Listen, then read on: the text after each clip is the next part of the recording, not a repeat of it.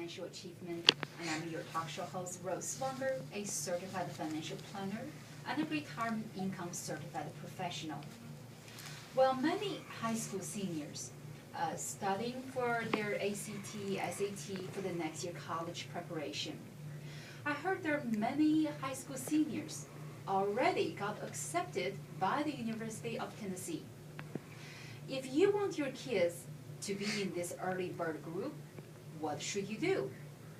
With me tonight, I have Taylor Thomas, who works at the UT undergraduate admissions office to share some insider's information about applying to UT. Welcome to the show, Taylor. Well, thank you so much, Rose. Awesome. Tell us, what is your screening process? I guess many parents are interested in finding out what are some of the unique quality or characters that UT is looking for from their kids. Sure. Well, first and foremost, the application requirements would be that we have a high school transcript and then a standardized test, either the SAT or the ACT. And UT also does a holistic review, so that means that we're going to take a lot of other components into consideration.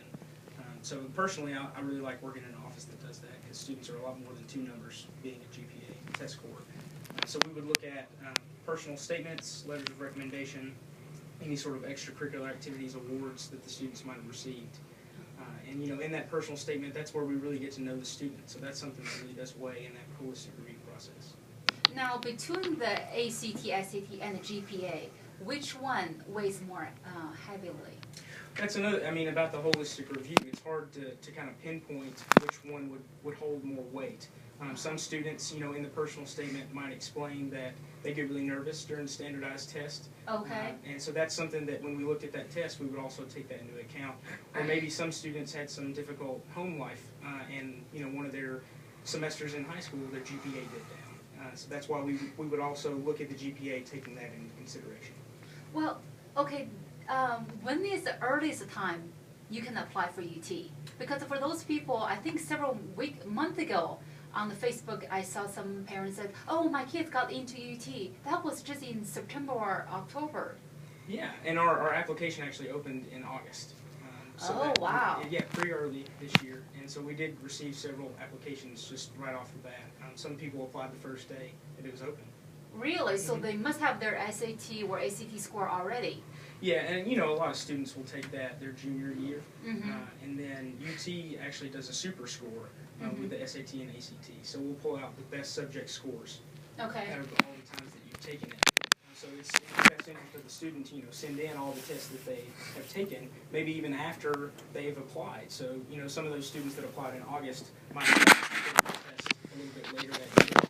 So once they took that, they have that sent, and that would be reviewed as well in the admissions decision. Now, if they've applied that early, they still have 1 year of GPA. UT has not counted for. That's right. Yeah, and so there's sometimes the student's GPA, personal statements, letters of recommendation, standardized test score would indicate that we were comfortable admitting them at that time. Sometimes we might want to see a 7th semester transcript. Sometimes we might want to see an additional test score.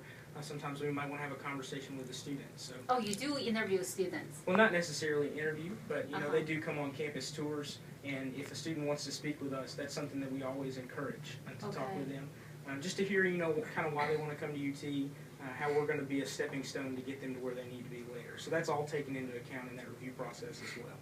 Well, tell me, is this a myth or fiction that most parents say, my kids are geeks, don't play any sports, don't have any other talents?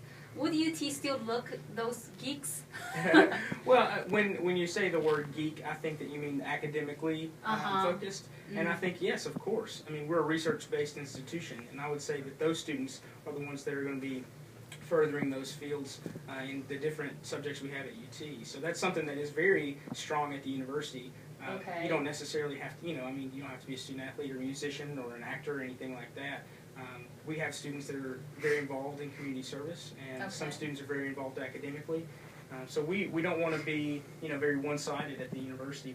It's the public institution, of the state. So that's good to hear. Yeah, we want everybody to, be able to express the strengths that they have. That's really good. I think that provides comfort to many parents. I think myself included. My son is a high school senior, and he doesn't do a lot of sports, so I'm just curious. Well, I didn't either in high school, not too many. So you went to UT too? I did, yes. I went to UT in 2008. Is when I graduated from high school. So what is the thing you're looking for when you apply to UT as a student? What was I looking for? Well, I was one of the students that their entire family had gone to the University of Tennessee. So oh, okay. I like to say I was kind of wrapped in an orange blanket from birth. So that was, that obviously weighed in on the decision. I had been to Knoxville several times as a kid, and I really loved it up here. And so when I applied to college, I really thought that I was going to come to UT the whole time. Now, if the shoe on the other foot, you will be the parents sooner enough. You'll probably encourage your kids to go. But Sure. your kids may say, that's not my cup of tea. So how would you tell many parents who are undecided right now, say, like Georgia Tech, they can brag about their engineer program, they're the best in the whole nation, one of the best in the whole nation. What about UT? What is a program so good make the kids and parents to go there? Yeah, well, I think that it'd be difficult to isolate specifically one that's more important or better than the rest. We're pretty strong in all the academic subjects. Some of the ones that we get a lot of students come in, business, Haslam School of Business is obviously very popular. Our engineering department, being a research-based institution.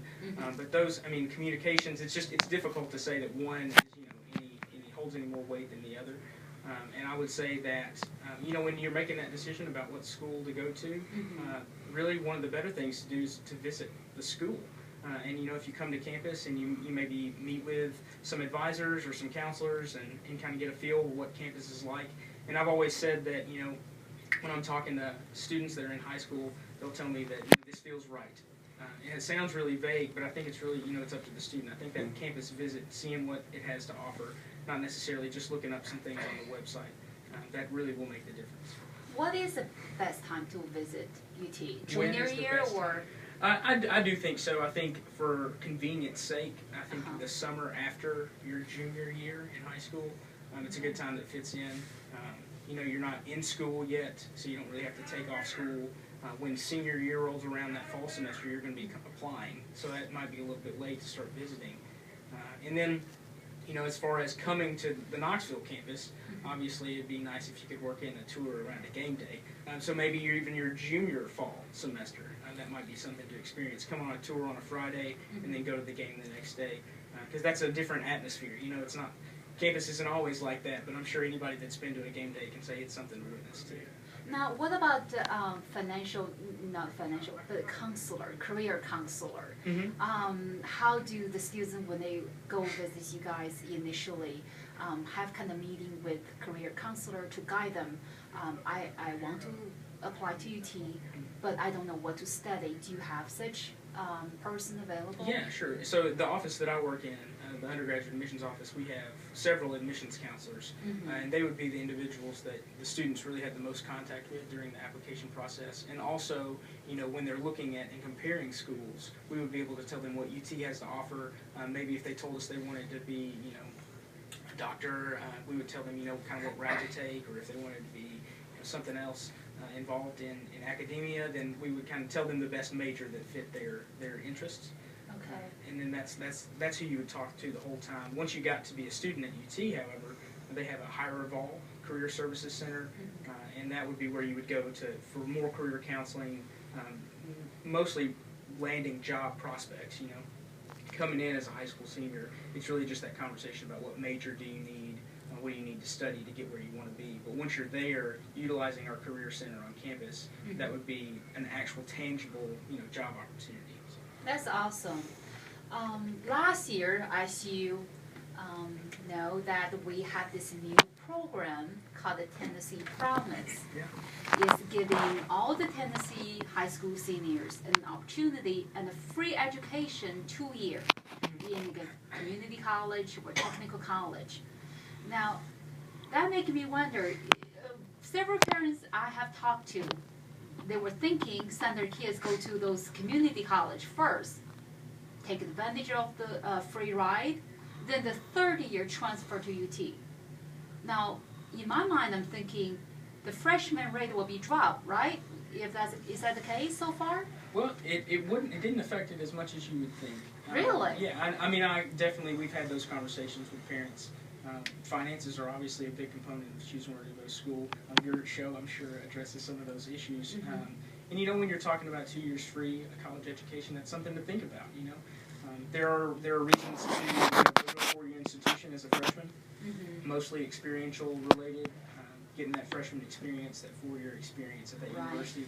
But then, you know, we always do say it's not necessarily where you start; it's where you finish. So, in the long run, if you know both end in a degree from the University of Tennessee, that's just something that it's a personal preference. I really do think. But we have increased, you know, our transfer student recruitment, you know, in order to facilitate getting those students, you know, those great students that maybe took advantage of the Tennessee Promise those first 2 years. Make sure that they do end up at UT and still graduate with a four-year degree.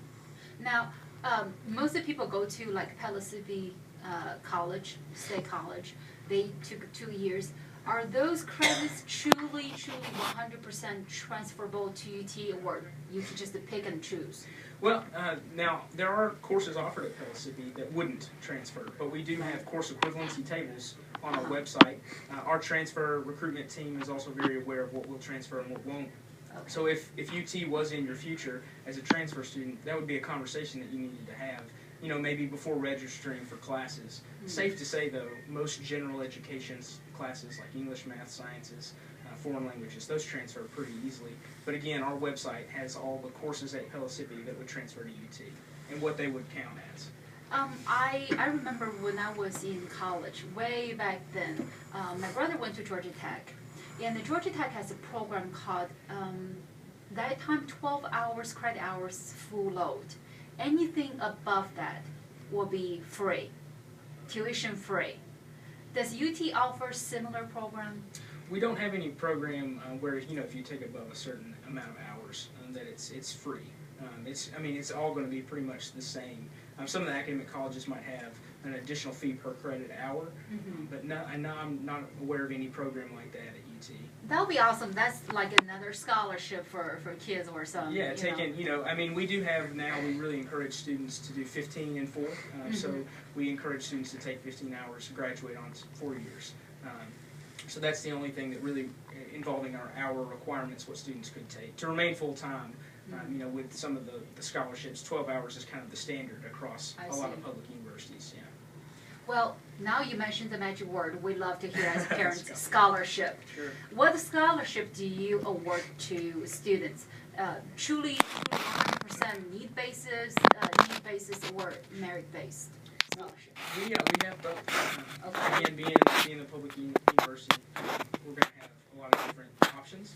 So with the need-based financial aid, it looks at your FAFSA, the Free Application for Federal Student Aid, adjusted gross income. That goes, and you fill that application out online. Deadline for that's February 15th, so anybody that's, you know, got a senior right now, that would be the day to remember. And then the competitive awards, we do have a very nice scholarship called the Volunteer Scholarship. Okay. And those are, I like to refer to them as the objective scholarship. So it's just, we have some criteria, you meet them, you get the scholarship. All that you have to do is just apply to UT. And then you're automatically considered for that. So what's the requirement for the for that? For the volunteer, it's the composite test score, or super score actually, requirement for the test